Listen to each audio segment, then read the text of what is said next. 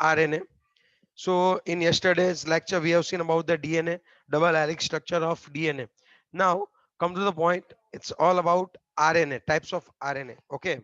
So basically there are three types of RNA. आपको difference पता होना चाहिए आरएनए और डीएनए में क्या है. आरएनए में सिर्फ और सिर्फ सिंगल स्ट्रैंड होती है, डीएनए में डबल स्ट्रैंड होती है. आप समझ रहे हो? देखो मेरे पीछे ये यहाँ पे आप देख रहे हो बैकग्राउंड में, यहाँ पे क्या है, पूरा आरएनए है.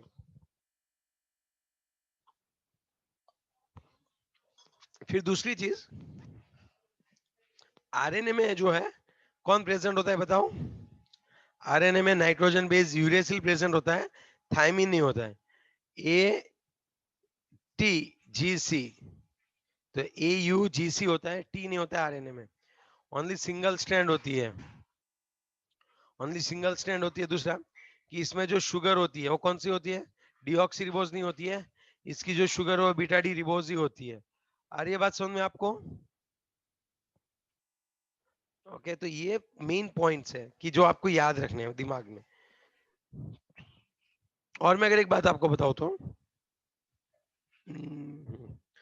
अगर मैं और एक बात आपको बताऊं तो, आरएनए के तीन टाइप्स होते हैं. एक सिंथेटिक आरएनए होता है, मतलब एक एमआरएल, मैसेंजर आरएनए. एम का मतलब होता है मैसेंजर आरएनए. दूसरा होता है ट्रांसफर आरएनए, और the third one is M T, और लास्ट में आएगा आर, रिबोसोमल आरएनए. ये तीन टाइप्स के आरएनए हैं. तीनों का एग्जैक्टली क्या वर्क रहता है? मैसेंजर आरएनए ये जो होते हैं कोड जनरेट करते हैं, मैसेज ट्रांसफर करते हैं कि भाई आपकी बॉडी में कौन सा पोर्शन कहाँ पे गलत काम कर रहा है, उसको सही करने के लिए कौन सी चीजें चाहिए, कौन सा प्रोटीन आपको जनरेट करना पड़ेगा. ये सब का जो कोड है वो कौन क्रिएट करेगा? एमआरएनए. वो जाएगा डीएनए के पास, डीएनए के ऊपर से वो क्या करेगा? कोड लेके आएगा, कोड लेके आता है, और ये यहाँ पे ट्रांसफर आरएनए क्या करता है? अकॉर्डिंग टू द कोड, जो भी मैसेंजर आरएनए जो भी कोड दिया, अकॉर्डिंग टू दैट कोड, ये कोड होते हैं थ्री थ्री से सिंबल के दिखाते हैं. जैसे ए जी, ये ऐसे थ्री सिंबल के होते हैं. याद रखें, एक बार एमसीक्यू में आया था, how many codes are present into the transfer RNA, कि ट्रांसफर आरएनए में कोड के नंबर कितने होते हैं, मतलब एक कोड में कितने डिजिट होते हैं, तो क्या तीन डिजिट के होते हैं कोड. और ये तीन डिजिट से एक एमिनो एसिड डिसाइड करते हैं वो. और वो क्या करते हैं? According to the code they will transfer amino acid, transfer amino acid. अभी ट्रांसफर कहां पे करेंगे एमिनो एसिड को? Ribosomal RNA. तो ये रिबोसोमल आरएनए क्या है? वो सिंथेसिस है. जैसे ही यहाँ पे ट्रांसफर आरएनए एमिनो एसिड को लाके रख देगा, रिबोसोमल आरएनए क्या कर देगा? इनके बीच में पेप्टाइड बॉन्ड बनवा देगा, फॉर्मेशन ऑफ पेप्टाइड बॉन्ड. तो ये तीनों तीन बहुत काम की चीजें हैं. यहाँ पे ये जो होता है वो मैसेज पास करता है, ये मैसेज के अकॉर्डिंग जो भी हमें चीजें चाहिए वो लाके देता है, और ये सभी चीजों को जोड़ने का काम करता है. तो प्रोटीन के लिए एमिनो एसिड चाहिए, तो एमआरएनए बोलते हैं कौन कौन से एमिनो एसिड चाहिए, ये जो भी नेम देता है, ट्रांसफर आरएनए वो एमिनो एसिड खींच के लाता है. और जैसे ही यहाँ पे एमिनो एसिड आ गए, तो उनके बीच में पेप्टाइड बॉन्ड बनाने का काम जो है वो रिबोसोमल आरएनए का होता है बच्चों. So please be careful and write it down. Okay, please write it down once, एक बार आप लिख लीजिए. ओके,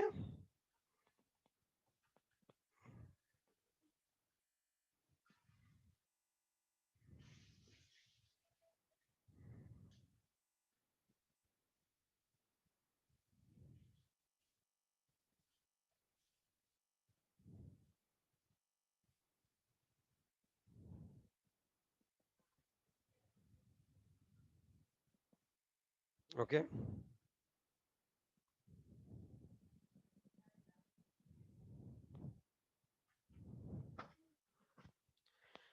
सो नेक्स्ट वन, लिख लिया? Yes, sir. Okay, now just come to the point. DNA fingerprinting. What do you mean by DNA fingerprinting? Okay, अगर आपको RNA देखने हैं तो एक बार मैं दिखा सकता हूँ आपको। Types of RNA, again I can yes, this is the great one। यहाँ पे देखो ये ट्रांसफर आरएनए दिख रहा है आपको। Yes, sir.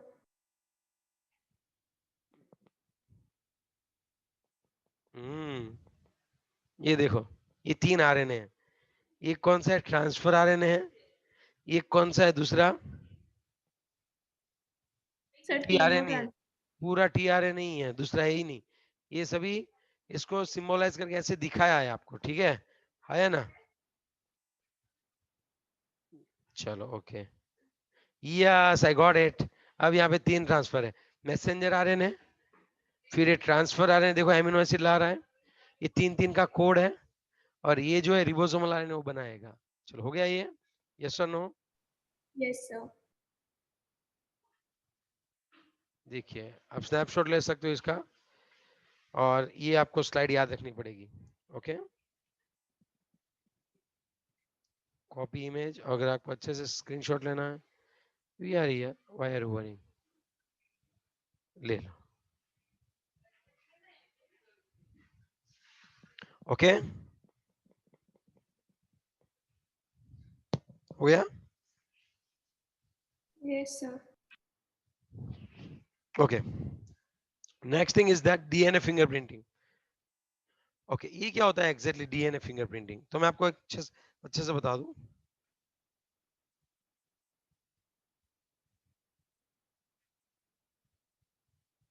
ये देखो, जिस तरह से हमारे पास जैसे ये फिंगरप्रिंट होती है, ठीक है, उसी तरह से जैसे फिंगरप्रिंटिंग में क्या होता है एग्जैक्टली बच्चों?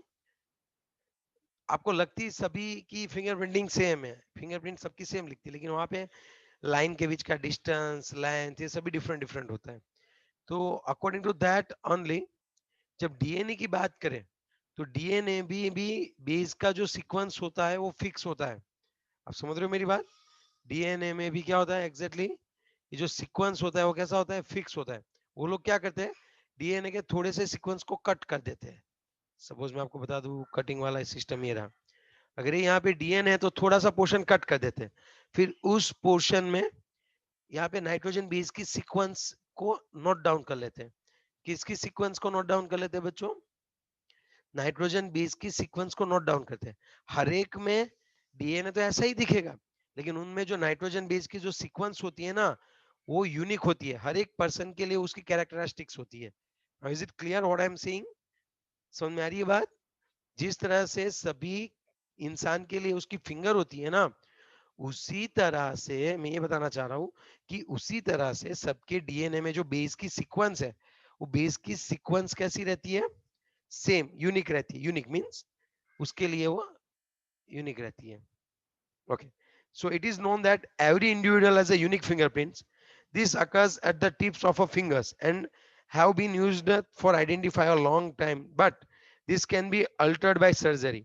अगर फिंगरप्रिंट है, बहुत हम यूज करते हैं फिंगरप्रिंट का कई जगह पे, लेकिन क्या है कि सर्जरी से हम लोग क्या कर सकते हैं, उसको चेंज कर सकते हैं। लेकिन a sequence of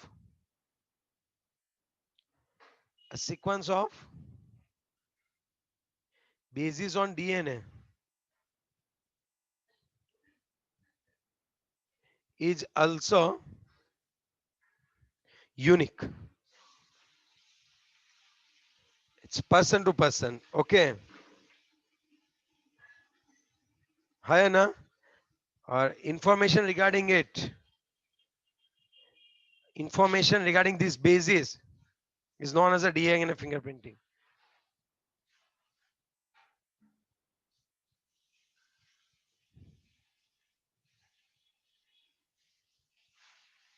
Is called as a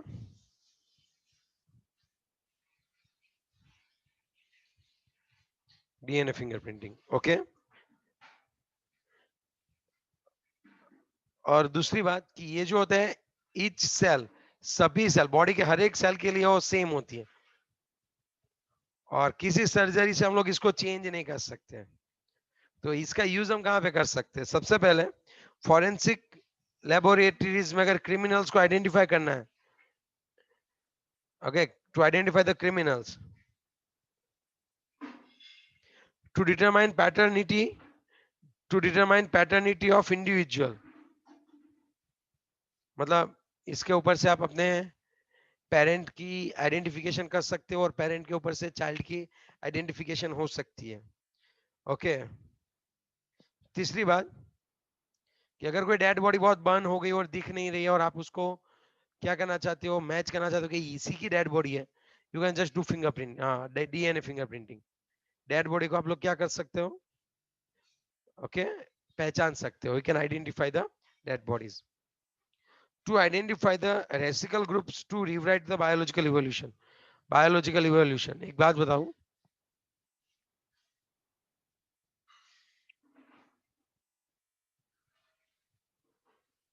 okay, to identify racial group of rewrite to biological evolution।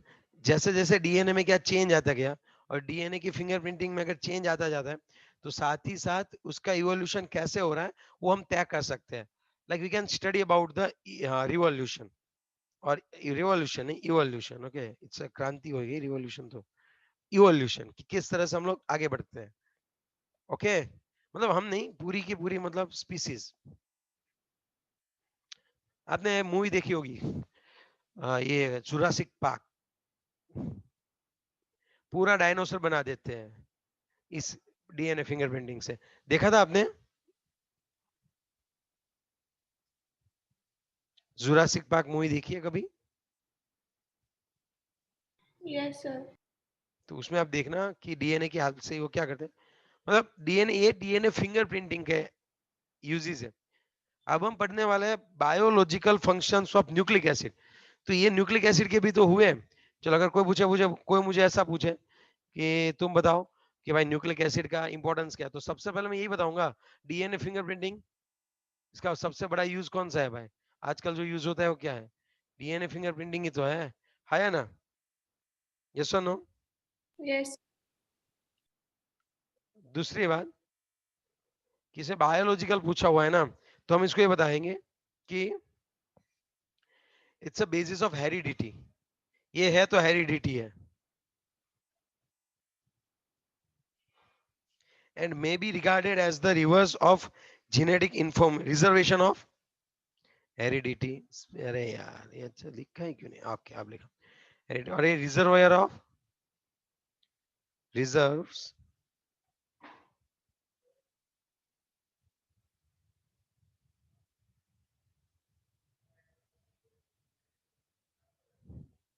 आपकी जेनेटिक जेनेटिक इंफॉर्मेशन को रिजर्व करते हैं।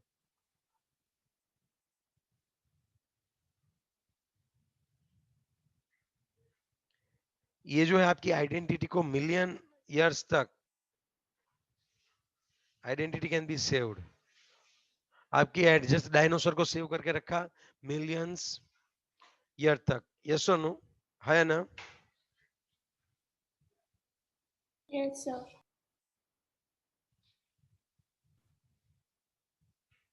ओके, अब बात ये होता है कि डीएनए जो है, DNA molecule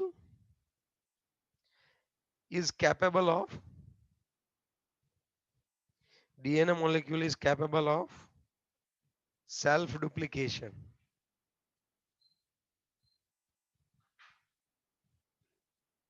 during cell division,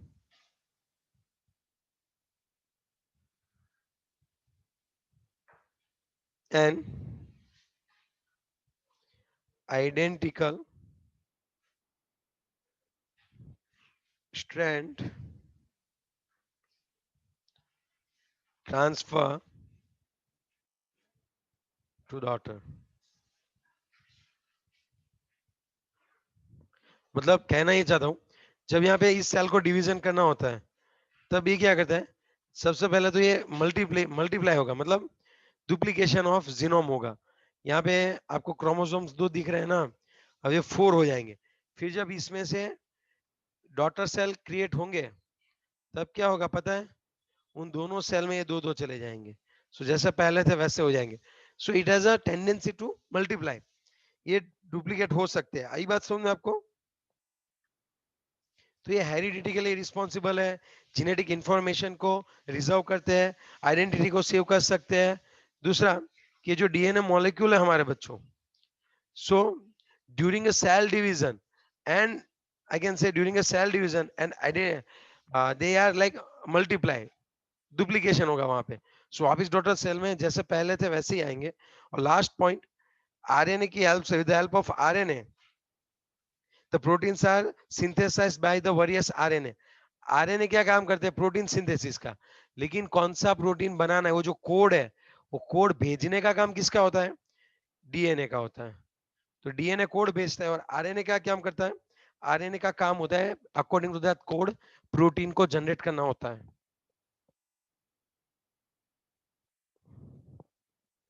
now is it clear? Yes और Yes, नो? sir. ओके। अब अगर मैं बात करूं तो, और अगर मैं बात करूं तो अच्छे से समझो। 14.6 इंटेक्स देखो, ये थी, ये सभी थी biological importance of nucleic acid. इससे अगला वाला हमने पढ़ा फिंगरप्रिंटिंग के एप्लीकेशंस। अब जो हम पढ़ने जा रहे हैं वो क्या है? इंटेक्स्ट। ओके, इंटेक्स्ट में कौन कौन सा है अब देख लो। पहला है, why can not vitamin C be stored in the body? Body में वो स्टोर क्यों नहीं होता है, बताओ?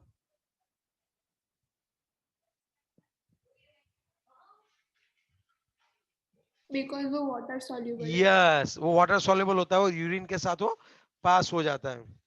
तो लास्ट टाइम नीट 2020 में एक क्वेश्चन था, वो कुछ इस तरह से था। सेंटेंस वन और sentence A, vitamin D is fat soluble and, और no sorry, vitamin D can not be stored into the body, it will it will eliminated by the urine और excretion will occur with the help of urine, ऐसा लिखा था, by urine। और दूसरा था because vitamin D is water soluble in nature। बताओ क्या बात हुई है, सही हुआ कि गलत हुआ? दोनों गलत है. दोनों गलत है। विटामिन डी जो होता है वो फैट सॉल्युबल होता है और उसको हम लोग स्टोर कर सकते हैं और वो मसल्स में स्टोर होता है। इसीलिए जब डायरिया होता है, जब पानी की कमी होती है, तब हमें नींबू पानी देते हैं जिससे हमें विटामिन बी और सी मिले, क्योंकि उनको मैं स्टोर नहीं कर सकता, हम स्टोर नहीं कर सकते। Is it clear? Yes, sir. अभी एक ही बच्चा पढ़ रहा है क्या पूरा? हेलो, बाकी सब आंसर दो।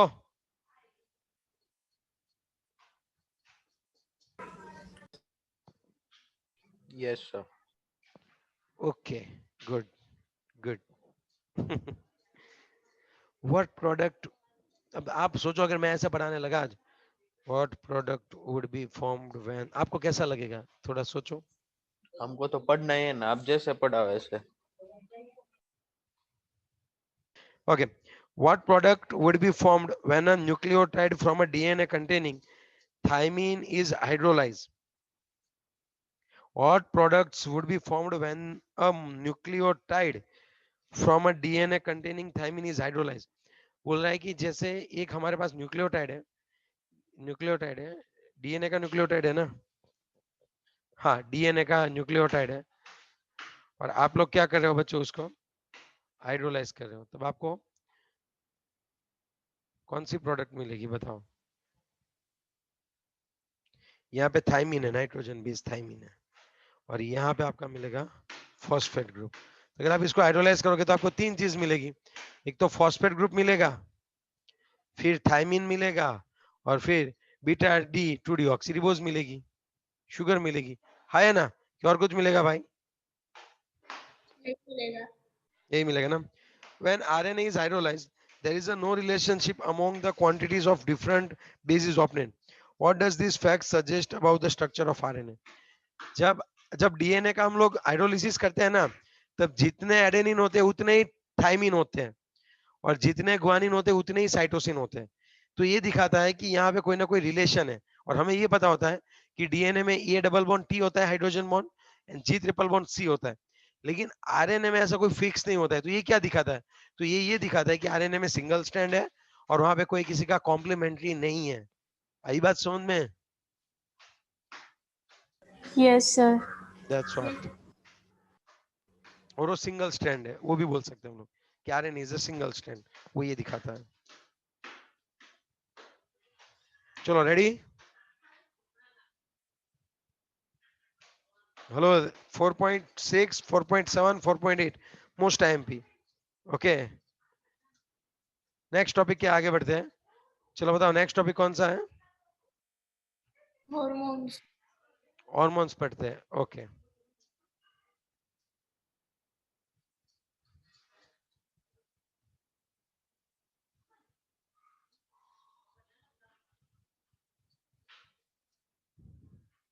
हॉर्मोन्स। ओके ओके सो हॉर्मोन्स क्या होता है? It's like sir chemical substance, एक केमिकल सब्सटेंस होते हैं, सो बहुत ही लेस अमाउंट में चाहिए। ये लेस अमाउंट में क्या होता है भाई? केमिकल सब्सटेंसेस है जो लेस अमाउंट में क्रिएट होते हैं। कहां से सर क्रिएट होती है? जो ग्लैंड होती है ना, बहुत सारी ग्लैंड होती है, वहां से वो क्या होते हैं? सीक्रेट होते हैं। सीक्रेट होना मतलब वहां से वो जनरेट होते हैं। It will mix with the blood,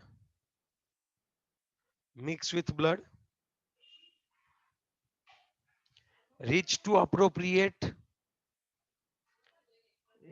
to appropriate cell,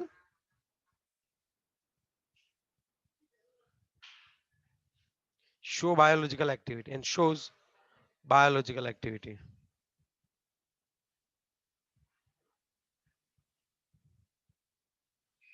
Okay, so what I'm just saying कि यहाँ पे केमिकल सब्सटेंसेस जो है, ये जो हार्मोन्स होते हैं वो स्पेशली कोई ग्लैंड से क्या होते हैं? सीक्रेट होते हैं, और वहां से सीक्रेट होने के बाद ये ब्लड के साथ घुल मिल जाते हैं और उनको अप्रोप्रिएट सेल पे जाके वो अपना काम दिखा देते हैं। एक बहुत बेस्ट एग्जांपल देता हूँ। अपनी जो बॉडी होती है ना, बॉडी, अपनी बॉडी में ग्लूकोज को मेंटेन करने के लिए दो हार्मोन्स है। एक है इंसुलिन, एक है इंसुलिन हार्मोन, और एक होता है ग्लूकागॉन।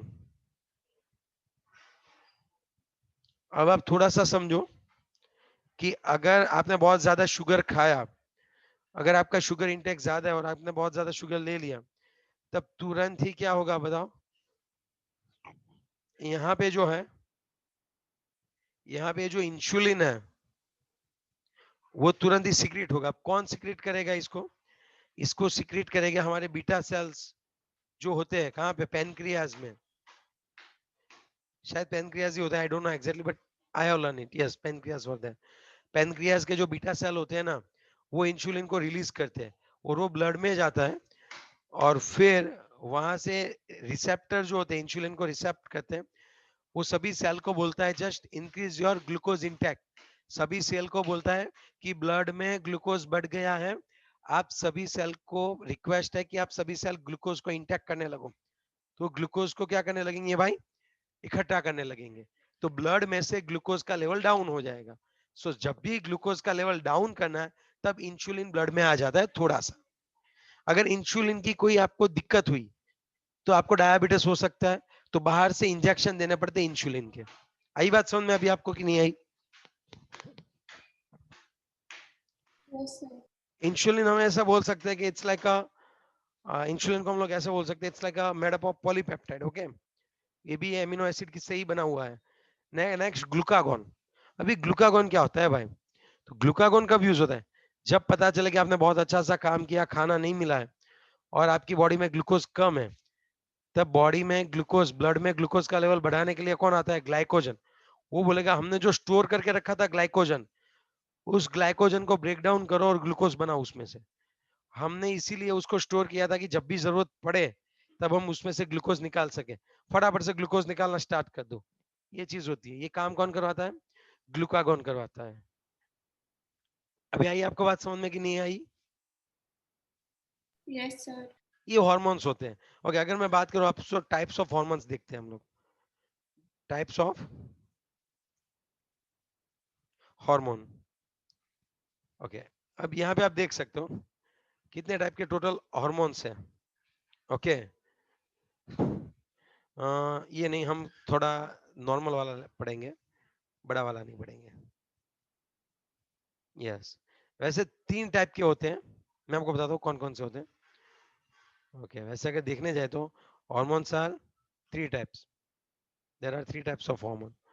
कौन कौन से होते हैं बता देता हूँ।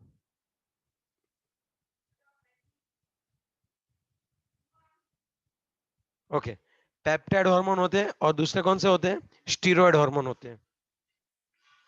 कौन से होते हैं, एक होता है इंसुलिन, ये बहुत ज्यादा डीप में दिया हुआ है, इतना डीप में हमें नहीं पढ़ना है भाई। एक होता है इंसुलिन जो होता है पेप्टाइड हार्मोन होता है, और स्टीरॉयड हार्मोन्स, स्टीरॉयड हार्मोन्स में कॉर्टिसोल, और आई कैन से जो बहुत ज्यादा हमारे टेस्टोस्टेरोन प्रोजेस्टेरोन जो है, जो हमारे हम बोल सकते हैं कि भाई सेक्सुअल हार्मोन्स है, वो सभी स्टीरॉइड्स होते हैं। और कई सारे ऐसे होते हैं जो एमाइन बेस्ड होते हैं, कई सारे ऐसे होते हैं जो कौन से होते हैं बच्चों, बताओ, एमाइन बेस्ड, ये वाले आप देख सकते हो, ये सभी एमिनो एसिड है, एमिनो एसिड के डिराइव्ड है, एपिनेफ्रिन, टायरोसिन से बना है एपिनेफ्रिन, और ट्रिप्टोफान से बना है melatonin. So it's like derivative of amino acid, ऐसे भी हार्मोन्स होते हैं। अगर आपको कोई हार्मोन की लिस्ट बताए तो ये पूरी लिस्ट है, कौन कौन कौन से हार्मोन्स कहाँ कहाँ से सिंथेसिस होते हैं। ये देखो, ये ऑर्गन्स है। चलो इसका एक स्क्रीनशॉट ले लो आप, एक मिनट इसको शेयर कर लेता हूँ, कॉपी इमेज, अभी आपको करना है बच्चों, हो सके तो, अदरवाइज इट्स ओके। कॉमेंट तो हो ही गया ये देखो, चलो पहले इतना पिक ले लो फिर दूसरा लेते हैं। ये कौन कौन से हार्मोन कौन कौन रिलीज करता है ना, ये है। ओके, ये देखो किडनी के ऊपर कौन होती है, एड्रीनालिन, एड्रीनालिन ग्लैंड है, दिख रहा है आपको, किडनी के ऊपर एड्रीनालिन ग्लैंड है, Yes, sir. ये बहुत काम की है। यहाँ पे देखो कौन कौन से होते हैं, ग्लूकोकॉर्टिकॉइड्स और मिनरलोकॉर्टिकॉइड्स होते हैं। कौन कौन होते हैं, यहाँ से कौन कौन रिलीज होते हैं, ग्लूकोकॉर्टिकॉइड्स एंड Mineralocorticoids. मिनरलोकॉर्टिकॉइड्स। चलो अब ये लिख लो, इतना लिख लो। Okay done. Yes, sir. एक बार एग्जाम में क्वेश्चन आया था कि प्रोटीन में से पॉलीपेप्टाइड और पॉलीपेप्टाइड में से एमिनो एसिड कौन बनाता है। तो स्टमक में जो होते हैं, ये तो हार्मोन्स की बात है, मैं एंजाइम की बात कर रहा था कि पेप्सिन और ट्रिप्सिन होते हैं, वो दो एंजाइम होते हैं जो प्रोटीन को एमिनो एसिड में कन्वर्ट करते हैं। चलो एक सेकंड और देख लेते हैं।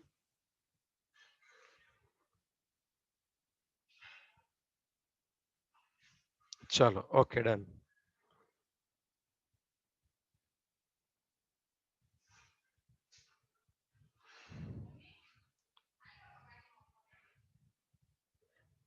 ये सभी ग्लैंड है, शायद आपको समझ में आ गई है पूरी बात। ये सभी ग्लैंड है जहां से हार्मोन क्या होते हैं भाई, सीक्रेट होते हैं। यस और नो, है ना। Yes, sir. बस हमारी टेक्स्ट बुक में जो है वो ये वाला बहुत अच्छे से दिया हुआ है उन लोगों ने। पेस्ट करता हूँ मैं, एक सेकंड।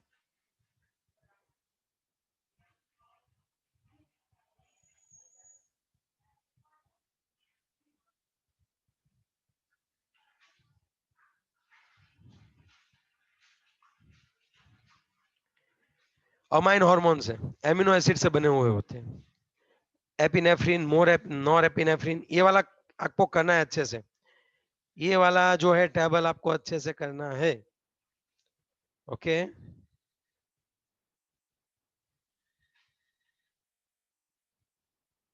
वो भाई थाइम वो अलग है, वो पूरी अलग ग्लैंड है बच्चे। ये देखो पेप्टाइड हॉर्मोन्स जो है, any chain linked with amino acid, oxytocin example दिया है। और ये रहा स्टीरॉयड हॉर्मोन्स, स्टीरॉयड हॉर्मोन्स में कौन सा आंसर दिया है बताओ, दो, टेस्टोस्टेरोन एंड प्रोजेस्टेरोन। ये जो है वो कौन है भाई, स्टीरॉयडल हॉर्मोन्स है, टेस्टोस्टेरोन एंड प्रोजेस्टेरोन। टेस्टोस्टेरोन जो होता है वो मेल में होता है, प्रोजेस्टेरोन जो होता है वो फीमेल में होता है। मेल में जो सेक्सुअल चेंजेस आते हैं, ओके, जैसे कि यहाँ जैसे कि बियर्ड आने लगती है, ठीक है, बाल बढ़ने लगते हैं, so that one is like due to testosterone. आवाज जो है वो थोड़ा सा थिक हो जाता है। लड़कियों में जो चेंजेस आने आते हैं वो प्रोजेस्टेरोन और एस्ट्रोजन की वजह से होते हैं। चलो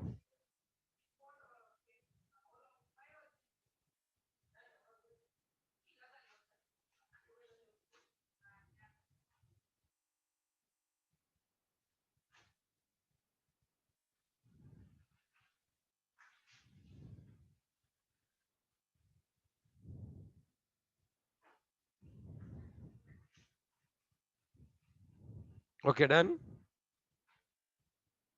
Yes, sir. Okay. So